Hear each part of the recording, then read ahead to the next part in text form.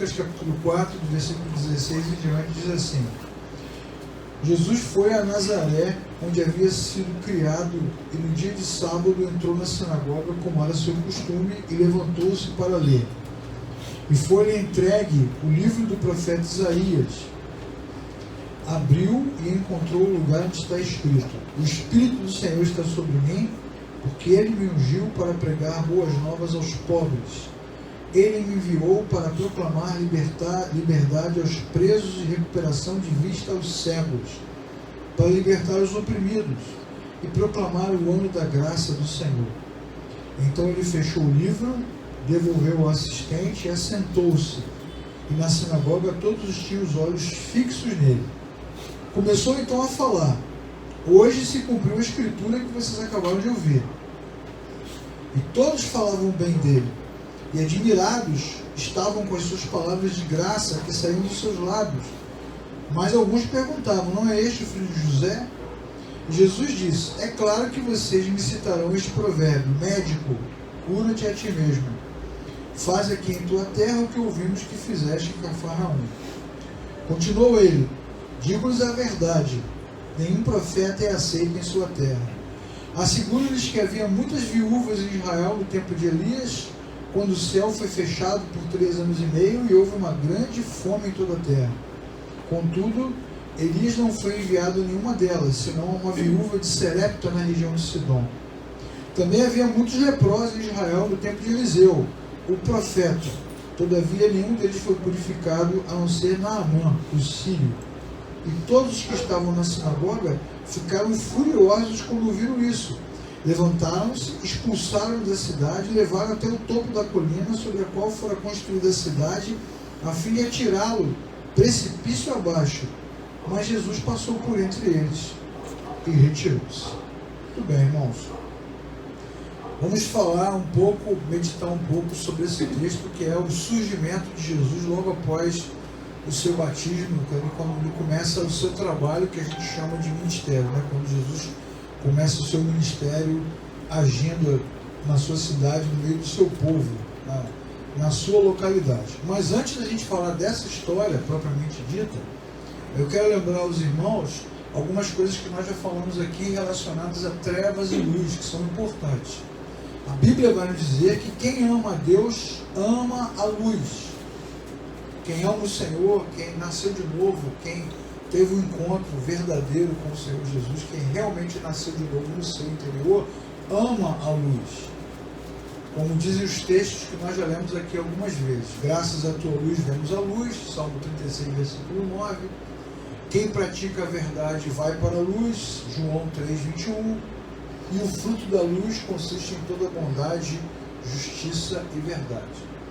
Então, quando a luz aparece, quando a verdade brilha, quando a palavra de Deus é ensinada, quem tem o coração nascido de novo, regenerado, transformado, ama a luz e vai atrás da luz e ouve a verdade, porque os que amam a luz, os que amam a Deus, desejam estar na sua presença.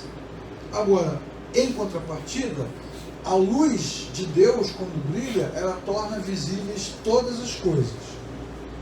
Então, quem pratica o mal odeia a luz, como está escrito em João 3, versículo 20.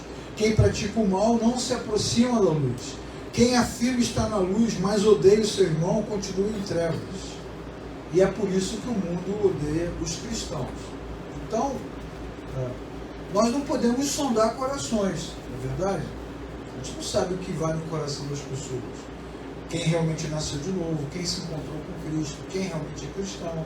Ainda que todos digam que amam a Deus, que desejam a Deus, que amam a Jesus, a gente não conhece corações, então a gente não sabe o que vai no coração das pessoas.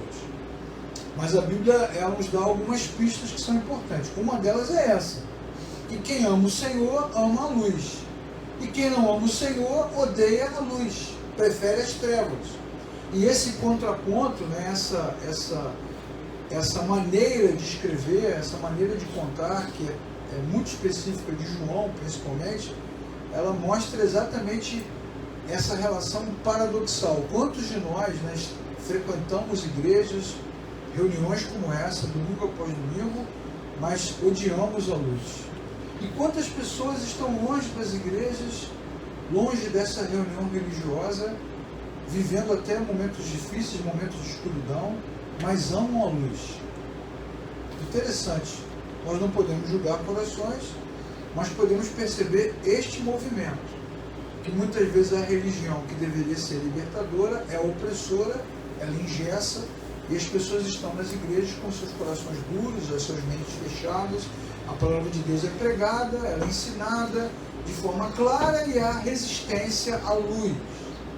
E ao mesmo tempo, muita gente que não está na igreja porque a própria religião não absorve, não atrai, a própria religião não deseja que essas pessoas estejam. Essas pessoas amam a luz. Se elas pudessem, elas estariam. Se houvesse acesso para elas, elas estariam entre nós. E essa realidade que eu estou retratando aqui é a mesma realidade que a gente encontra nesse texto. Porque no tempo de Jesus, o que acontecia? Você tinha a religião, você tinha um monte de religiosos, você tinha a tradição, você tinha a história de Israel, você tinha os caras que dominavam a lei, dominavam os preceitos, dominavam os ensinamentos, e esses caras, essas pessoas tornavam a igreja, a religião, inacessível às pessoas comuns, às pessoas que têm dificuldade. Já falamos sobre isso aqui também. Qual é a tendência da religião? Gerar um jeito de ser, né? Proclamar um jeito de ser, um jeito de viver que é tão perfeito, é tão bacana, é tão exato, é tão puro, é tão limpo que nenhum de nós se enquadra nunca. Então a religião cria uma narrativa, a gente vai se adequando a ela, e muitas vezes os que se adequam estão dentro da religião, encaixados dentro da proposta religiosa, mas o seu coração está em trevas. E quem está fora não consegue entrar porque não se adequa, não cumpre os preceitos, mas gostaria de ter a luz e não tem acesso à luz. Entretanto, a Bíblia vai dizer no livro de Isaías, capítulo 9, versículo 2, que o povo que caminhava em trevas viu uma grande luz.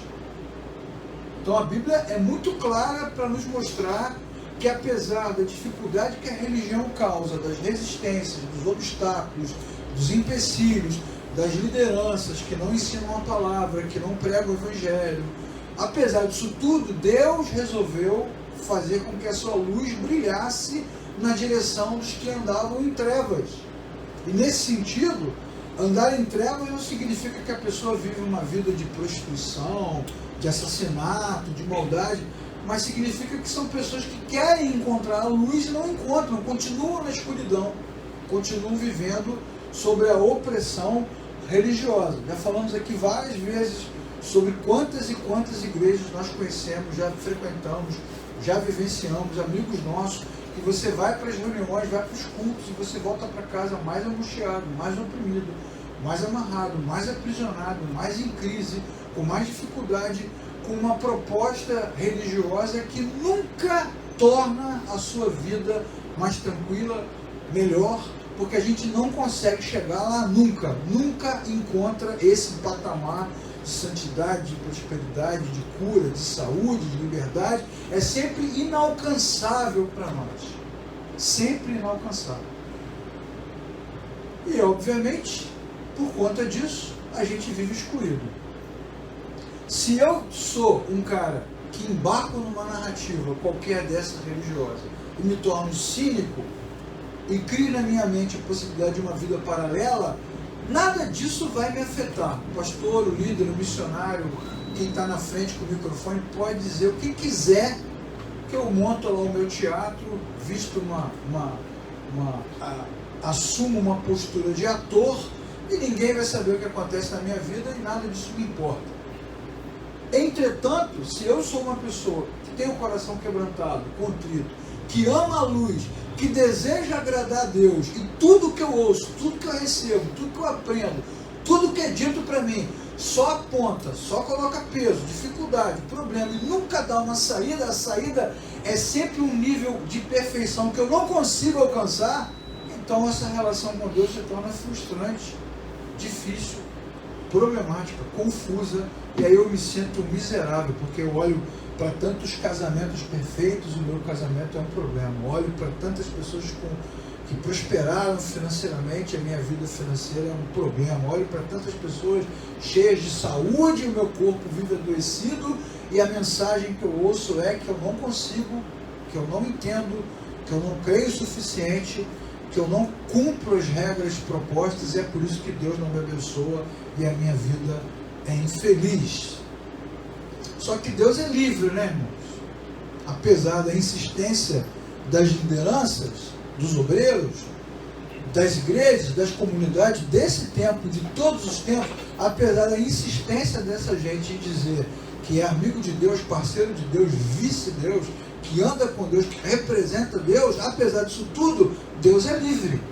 E o povo que estava em trevas viu a luz, porque a luz se apresentou voluntariamente. E esse texto de Lucas, capítulo 4, ele é emblemático, porque nesse texto Jesus aparece na sinagoga, na frente dos judeus, na frente dos religiosos, na frente da população pobre realmente financeiramente, economicamente, eticamente, pobre socialmente e pobre internamente. Jesus aparece ali com uma luz encarnada e abre o seu coração.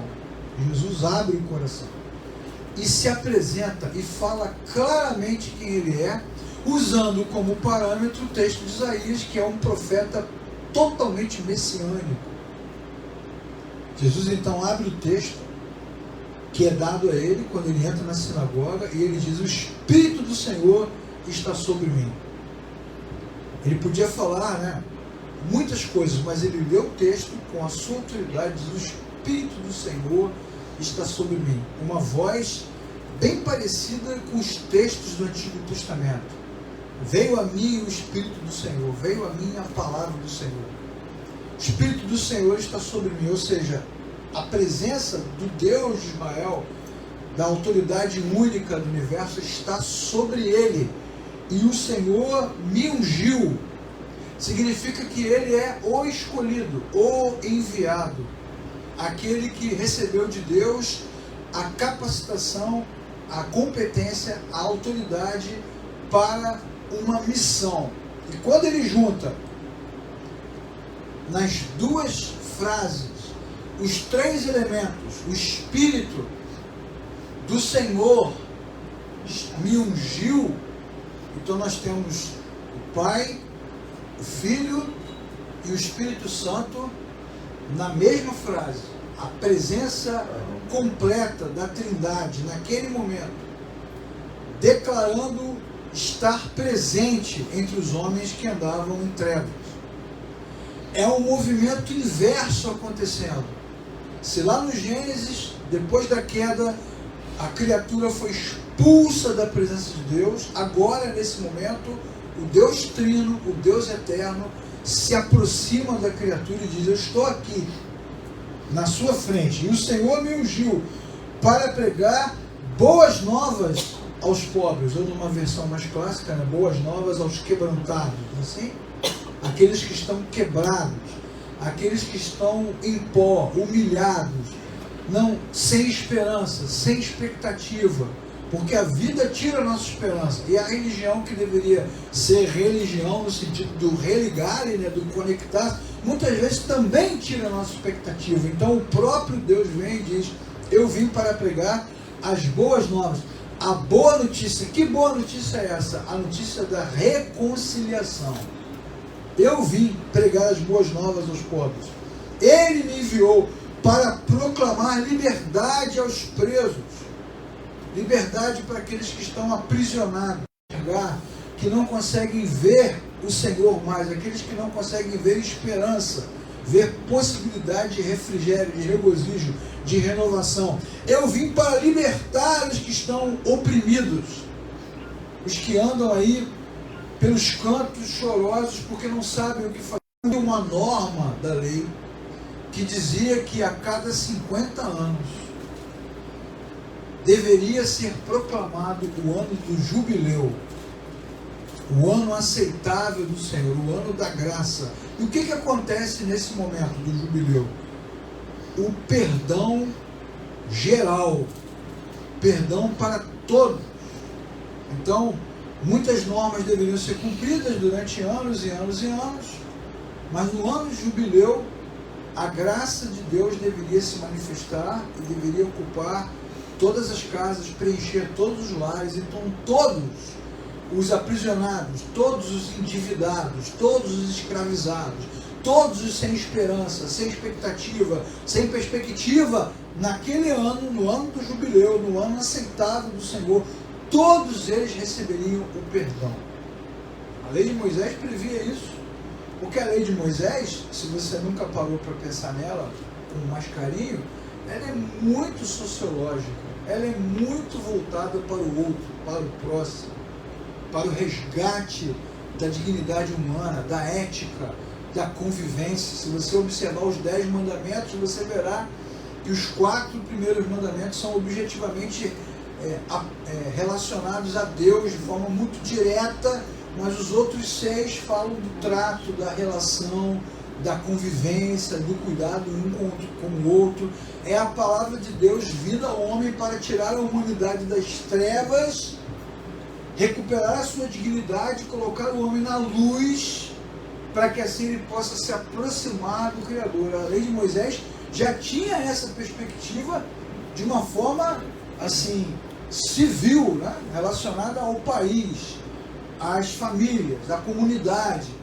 E agora, nesse momento, quando Jesus abre o texto de Isaías e faz menção ao texto de Levítico, e ele falando, eu estou aqui, o Espírito de Deus está sobre mim, ele me ungiu, ele está dizendo o quê? Que aquela proclamação de graça, de libertação, de perdão, que num primeiro momento era restrita, era social, era relacionada apenas àquele povo, aquela proclamação de graça, de libertação, essa boa notícia agora foi ampliada para todos os que escutam esta mensagem. Portanto, nesse momento em que ele aparece encarnado como a própria Trindade, falando com autoridade, dizendo que tem essa missão, o que ele está dizendo, irmãos, com muita clareza? Que todos aqueles que olham para ele, mesmo que estejam em trevas, verão a luz. Todos aqueles que olham para ele, creem no que ele diz, mesmo que vivam uma vida de opressão, nesse momento eles serão libertos. Todos aqueles que olham para ele, que creem nele, que se relacionam com ele, mesmo que estejam oprimidos, nesse momento eles terão paz. Por quê? Porque ele é aquele que tem essa palavra libertadora, e não é só uma palavra, ele tem a palavra, ele tem a autoridade, ele tem o poder para libertar, e em seguida ele diz, hoje se cumpriu a escritura que vocês acabaram de ouvir. Imagine essa mensagem entrando pelos ouvidos e corações de homens e mulheres pobres, doentes, rejeitados pela religião, desprezados, muitas vezes discriminados, sem suporte, sem apoio, querendo se encontrar com o Criador, mas não tendo essa oportunidade, como nós já vimos em vários casos nos evangelhos, como a mulher samaritana, como o homem no tanque de Betesda, como o cego de João 9, como a mulher que ia ser apedrejada, como tantos e tantos romanos e gregos que queriam a luz, que queriam a luz, que queriam a luz, mas a religião muitas vezes fecha a porta, não deixa que o homem veja a luz. Então a própria luz aparece e se expõe e se apresenta e dá condições para que todo aquele que crê nele veja a luz. E ele fala, hoje se cumpriu a escritura que vocês acabaram de ouvir. Foi tão emblemático, foi tão impactante, que todos pararam e ficaram olhando para Jesus para ver qual era a continuidade daquele momento que queria fazer agora. Esta declaração que Jesus faz, ela não se trata, ela não trata mais do futuro, como Isaías faz quando escreve. Agora ele fala do presente, do que está acontecendo ali, naquele momento. Isso é bem bacana, irmãos, porque muitas vezes a mensagem bíblica, a mensagem religiosa, ela está tão no presente que a gente esquece do futuro. E às vezes ela está tão no futuro que a gente esquece de falar do presente. Mas na verdade, quando Cristo entra na nossa vida, ele muda o nosso presente e garante o nosso futuro. Amém, irmãos? Essa é a perspectiva do texto. É a mudança da realidade presente e a certeza de um futuro transformador relacionado à convivência da criatura com o Criador. Ótimo. Todos deveriam festejar esta palavra. Mas não é assim que acontece. Porque ao mesmo tempo que alguns se admiram e ficam felizes e falam bem e ficam impactados, outros também ficam incomodados com a luz. Porque a luz, ela incomoda. Ela é boa para aquele que ama a luz, mas ela é ruim para aquele que está em trevas. Já expliquei aqui várias vezes para os irmãos. Toda vez que a Bíblia é ensinada, ela traz paz para o coração quebrantado e incomoda aquele que não conhece o Senhor. Porque aquele que nunca nasceu de novo, aquele que não conhece Jesus, aquele que nunca se encontrou com Ele, fica incomodado com as possibilidades que a palavra de Deus apresenta, como, por exemplo, o perdão. Vou dar um exemplo muito simples. Se a gente faz aqui uma mensagem sobre perdão, sobre graça, sobre libertação, os que vivem em trevas ficam incomodados, porque eles dizem, isso é muito fácil, isso é muito mole, então qualquer um, eu quero ver, tem que resolver a vida, tem que acertar isso, tem que acertar aquilo, tem que melhorar, tem que resolver o problema do casamento, tem que pagar a dívida, esse negócio de falar de graça, graça, graça, e o cara continua como está. A palavra de perdão, de libertação, de graça, de transformação, incomoda aqueles que têm o coração em trevas ainda.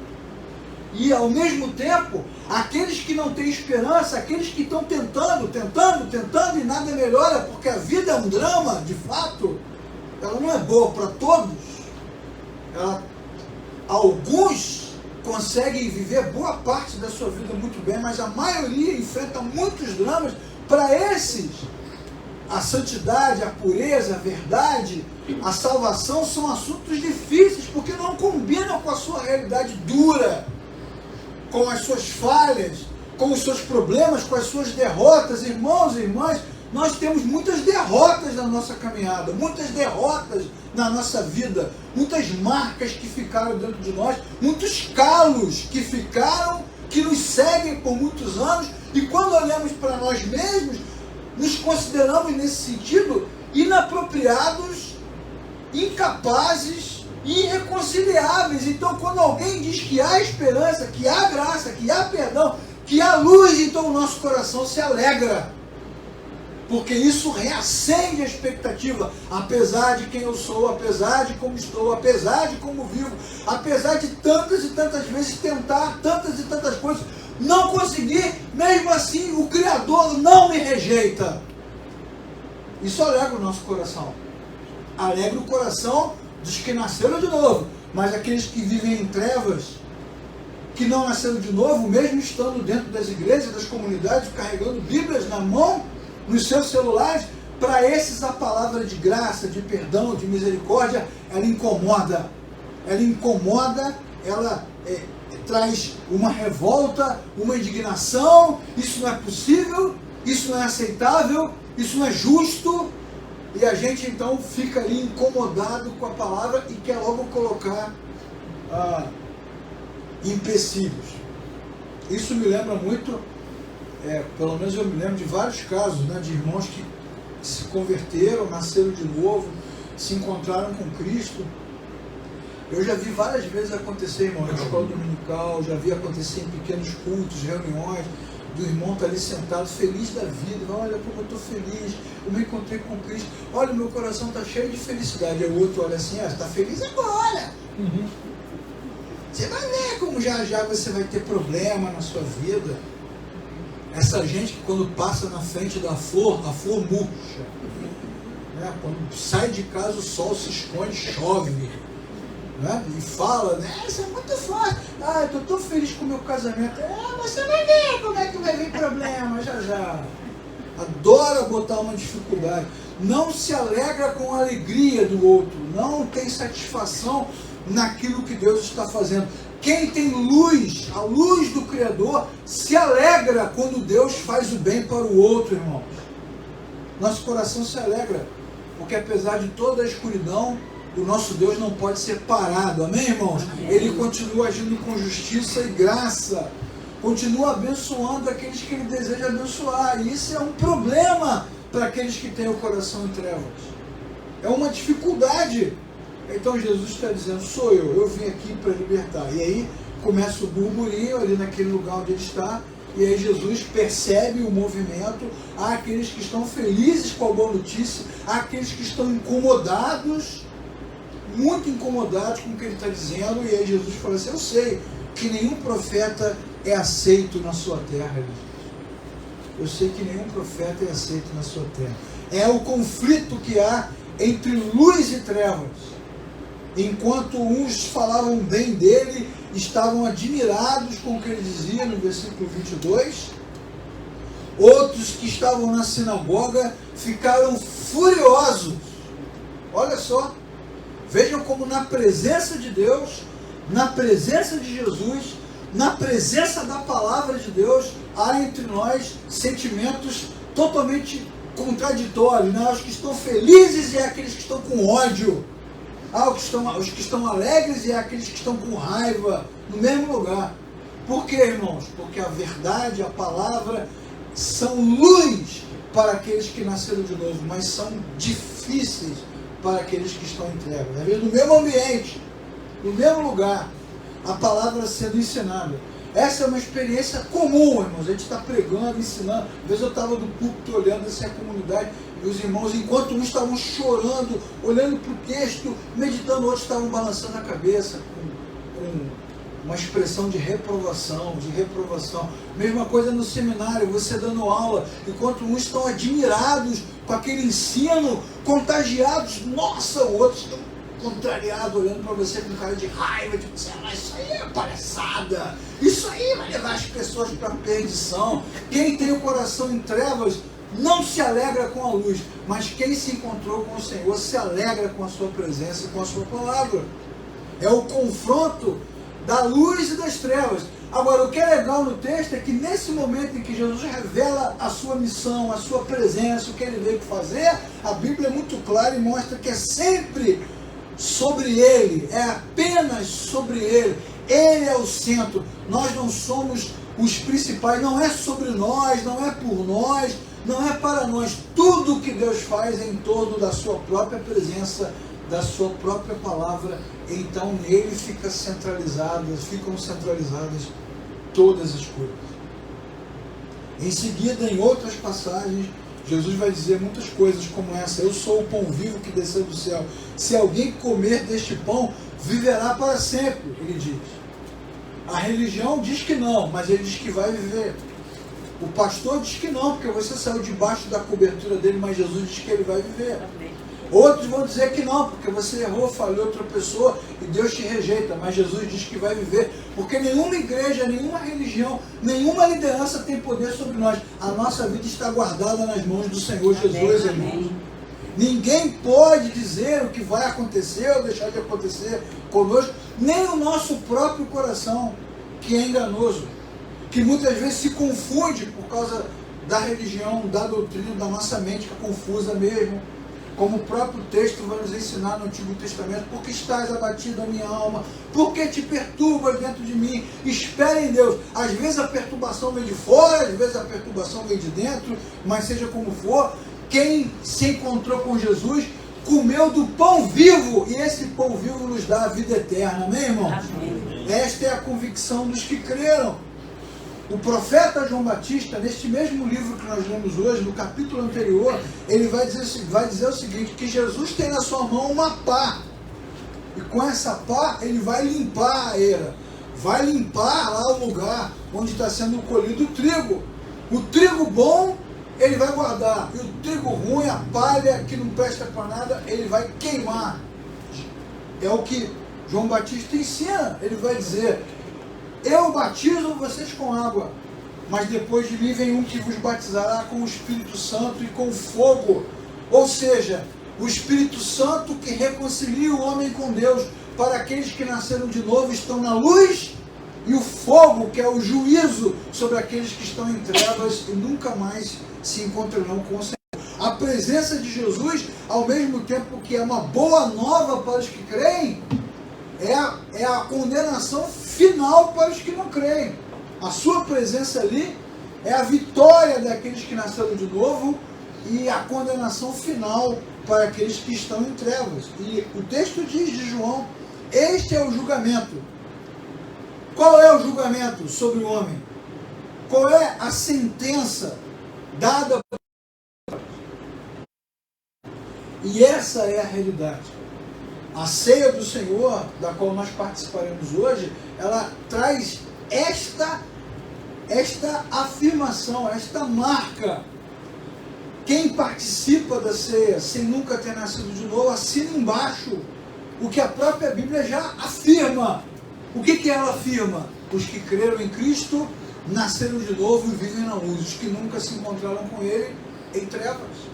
Então a ceia confirma o julgamento que Deus já realizou em Cristo Jesus. Péssima notícia para os que estão em trevas. Péssima notícia para quem tem um coração duplo. Péssima notícia para quem se agarra na religião. Péssima notícia para quem confia no seu próprio taco.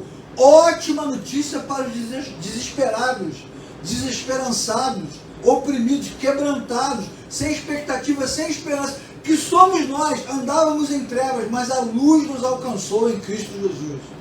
E essa é a boa notícia, que apesar das nossas trevas, nós fomos resgatados pelo Senhor Jesus. Vejam como o texto deixa muito clara a diferença entre expectativa e realidade, do versículo 4 ao versículo 24 ao 27. Jesus disse: digo-lhes a verdade, nenhum profeta é aceito em sua terra, mas eu asseguro que havia muitas viúvas em Israel no tempo de Elias, quando o céu foi fechado por 3 anos e meio e houve uma grande fome na terra. Esse texto você pode ler depois na sua casa, primeiro livro de Reis, capítulo 17, quando Jesus fala, quando a Bíblia conta a história do profeta que no meio da seca foi visitar a viúva de Sidom, que não era israelita. Os israelitas, os hebreus, que sempre bateram no peito, sempre disseram que é o povo de Deus, o povo escolhido, o povo disso, o povo daquilo, que se acha abençoado, que se vê abençoado, quando o profeta proclama, ele o rejeita. Quando a palavra de Deus é ensinada, ele tem resistência. Então, portas fechadas entre os israelitas, portas abertas entre os gentios de outras nações. Impressionante como o coração duro do israelita tem dificuldade de lidar com a presença de Deus, com a palavra de Deus. Cabeça aberta, coração aberto para aqueles que andam em trevas. E cabeça fechada, coração fechado para aqueles que estão se achando os melhores, os mais abençoados, os escolhidos. Então Jesus fala sobre isso. Também diz: havia muitos leprosos em Israel no tempo de Eliseu. Todavia nenhum deles foi purificado, somente Naamã, o sírio. História muito legal também, que você pode ler no Antigo Testamento. História muito bacana, muito interessante, que está em 1 Reis, capítulo 19, do general sírio, leproso. O cara era um herói de guerra, inteligente, multirreligioso, muito capaz. Ele vai lá, se humilha e ele então recebe de Deus a cura, a bênção. Olha só, tantos soldados, tantos homens, tantos leprosos naquela região, e a cura vem sobre alguém que não é dali. E quando Jesus fala isso, o que diz o texto? Que eles se levantaram, expulsaram Jesus da sinagoga, porque eles não aguentaram ouvir. O que eles ouviram, irmãos? O que foi que Jesus disse? Se a história que ele conta é uma história que todo mundo conhece, o que ele disse? Ele está dizendo aqui que muitos dizem que conhecem a Deus, que amam a Deus, que servem a Deus, que estão no povo, fazem parte do povo, da aliança, do pacto, disso, daquilo, mas quando a palavra de Deus se manifesta, quando a verdade vem, quando a luz vem, eles rejeitam a verdade. E em contrapartida, aqueles que estão em outras nações, alguns deles idólatras, com o coração em trevas, são pessoas boas, querem a salvação, respeitariam a Deus se pudessem, e quando tem uma oportunidade, quando tem uma chance, uma só, agarram com todas as suas forças. E Jesus está falando: vocês ficam aqui, vou usar uma linguagem bem do nosso tempo, com essa marra toda aí, e a turma de outros países, de outras nações, de outros povos, de outras gerações, de outras culturas, com a mente tão tumultuada, mesmo assim quando eu falo, quando a luz vem, quando a palavra é ensinada, eles se quebrantam, eles se convertem diante do Senhor. É o mesmo fenômeno que acontece entre nós hoje, irmãos, o tempo todo. E é por isso que nas nossas comunidades, infinitas comunidades, a palavra de Deus fica cada vez mais de lado, escondida, apagada, ofuscada, abandonada, porque as lideranças, os cristãos, eles querem holofote, performance, experiências, eles querem tudo, mas eles não querem ouvir a verdade, porque o coração está em trevas, sempre em trevas. Mas quando o coração está na luz, quem ama a luz deseja a luz, vai atrás da luz. Vocês lembram que nós falamos aqui semana passada sobre Davi, no seu momento de maior escuridão, de maior distanciamento, momento de erro, de fracasso, de crime, de assassinato, onde ele quis ser Deus, onde ele achou que era Deus, ele se comportou como Deus, foi julgado por Deus, exposto por Deus. Deus falou para ele: cara, eu vou te pegar agora, eu vou te arrebentar, Davi, vou mostrar para você que você não é nada, que você não é ninguém, que você não veio de lugar nenhum, que você não pode pegar o meu lugar. E a Bíblia diz que mesmo assim, o homem Davi, distante de Deus, nesse momento, em plena escuridão, mesmo assim, ele que ama o Senhor, repreendido pelo Senhor, exposto pelo Senhor, para onde ele vai, irmãos? Ele vai atrás do Senhor. É para o Senhor que ele ora. É esse Deus que o repreende, que ele procura. É nesse Deus irado com ele nesse momento. É nesse Deus que ele confia, porque ele ama a luz. Os que amam o Senhor amam a luz, amam a sua palavra, amam a sua verdade, amam a vida eterna, amam o Senhor Jesus. Mas os que estão em trevas rejeitam a verdade. O Evangelho de João vai nos ensinar, no capítulo 6, capítulo 7, que quanto mais Jesus falava a verdade, mais os discípulos iam embora e se afastavam, e se afastavam. Não é incomum no nosso tempo também. Quanto mais bíblica é uma comunidade, menos pessoas ela tem. Isso não é incomum entre nós. Quanto mais longe da Escritura ela está, mais cheia ela fica, lotada e abarrotada, com gente saindo pelas janelas. E aí o coração em trevas, quando olha para esse fenômeno de comunidades cheias, mesmo distante da palavra, o coração em trevas, ele acha que o nome disso é avivamento. Ele diz: essas igrejas estão avivadas. Mas diz porque está em trevas, não conhece a verdade. Agora, os que amam a luz, os que conhecem o Senhor, ouvem a palavra e reconhecem a voz do Criador.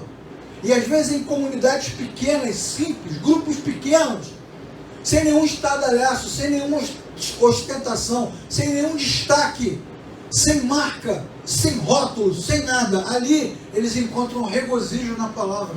Porque Jesus também vai dizer no Evangelho de João: as minhas ovelhas ouvem, reconhecem a minha voz. Aqueles que estão em trevas chamam essas comunidades onde a palavra de Deus não tem a primazia de comunidades avivadas. E essas multidões que chamam essas comunidades avivadas são semelhantes a esses que queriam jogar Jesus no precipício. E são semelhantes àqueles que aplaudiram quando ele foi crucificado. Porque não conhecem o Senhor, não conhecem a sua voz, não conhecem a sua palavra. E quando a luz brilha, o seu coração se enche de ódio. Foram eles que perseguiram o Senhor, são esses que continuam perseguindo a Escritura. Mas a luz continua brilhando, irmãos. E aquele que ama o Senhor encontrará a luz, porque Cristo está vivo, ressurreto dentre os mortos, vivendo dentro de nós. Todos aqueles que amam a luz encontrarão a luz, sempre que a procurarem. Porque Jesus vai dizer em João capítulo 9, eu sou a luz do mundo. Eu vim para trazer luz àqueles que estão cegos. Os pobres de espírito, Jesus fala depois no sermão, bem-aventurados os pobres de espírito. Os quebrantados de coração, eles agarram ansiosamente a salvação que Israel despreza, que a religião despreza, que muitos amigos nossos desprezam também. Raiva, ódio, rancor, religiosidade, um culto a uma perfeição que não existe. Esses odeiam a verdade. Israel não queria um salvador de pecados, irmãos. Israel queria poder, fama, glória, autoridade, ostentação, controle sobre as nações. Eles esperavam um Messias que fosse libertador, que colocasse Israel contra Roma, enfrentando o império. Muitos desses irmãos, nessas comunidades onde a palavra de Deus não é pregada, eles não querem o Senhor. Eles querem fama, eles querem glória, eles querem poder, eles querem ostentação, querem uma comunidade lotada, com muito de gente, com muito de riqueza, para que todos olhem e digam, nossa, que igreja incrível, que pastores incríveis. É isso que eles querem, eles não querem um Salvador. Mas a Bíblia diz que quem deseja a si mesmo, rejeita o Salvador. Mas quem deseja a salvação, encontra Jesus. E nós estamos aqui hoje para participar da ceia, porque nós amamos o Senhor Jesus. Queremos a sua presença. E queremos a sua salvação. E queremos a sua graça. Então não importa como chegamos aqui. Se participaremos da ceia com o coração tranquilo, porque a semana foi boa, ou se participaremos da ceia chorando, porque o nosso coração está arrasado, quase que a gente não consegue chegar. Não importa, porque quando o nome do Senhor Jesus for mencionado, e a sua palavra de boa nova for lida, o Espírito de Deus aquecerá o nosso coração. Amém. E devolverá para nós a alegria. Que alegria é essa, irmãos? É a certeza que quando, mesmo que a noite se ponha e as trevas encham todos os lugares, não importa, nós sabemos que em um dia, aconteça o que acontecer, num determinado momento, o sol da justiça nascerá para nós. Ele preservará para nós a vida eterna, aquilo que nós almejamos. Trocamos tudo, como nos diz a parábola. Quem encontra o tesouro, troca tudo por ele. Nós trocamos tudo, trocaríamos tudo para ficar para sempre com o nosso Mestre, com o nosso Senhor. Mas aqueles que têm o seu coração em trevas, você pode fazer o que você quiser. Pode pregar a palavra poderosamente. Pode trazer a luz com muita clareza. Eles rejeitam, eles rejeitam, eles rejeitam, rejeitam, rejeitam o tempo todo, porque a luz incomoda as trevas. Mas se você está aqui hoje, se o seu coração nasceu de novo, se você teve um encontro com Cristo, quando a palavra for lida, a ceia for distribuída, e nós nos lembrarmos que o nosso Senhor viveu, morreu, ressuscitou e voltará, o nosso coração se encherá de alegria. Amém?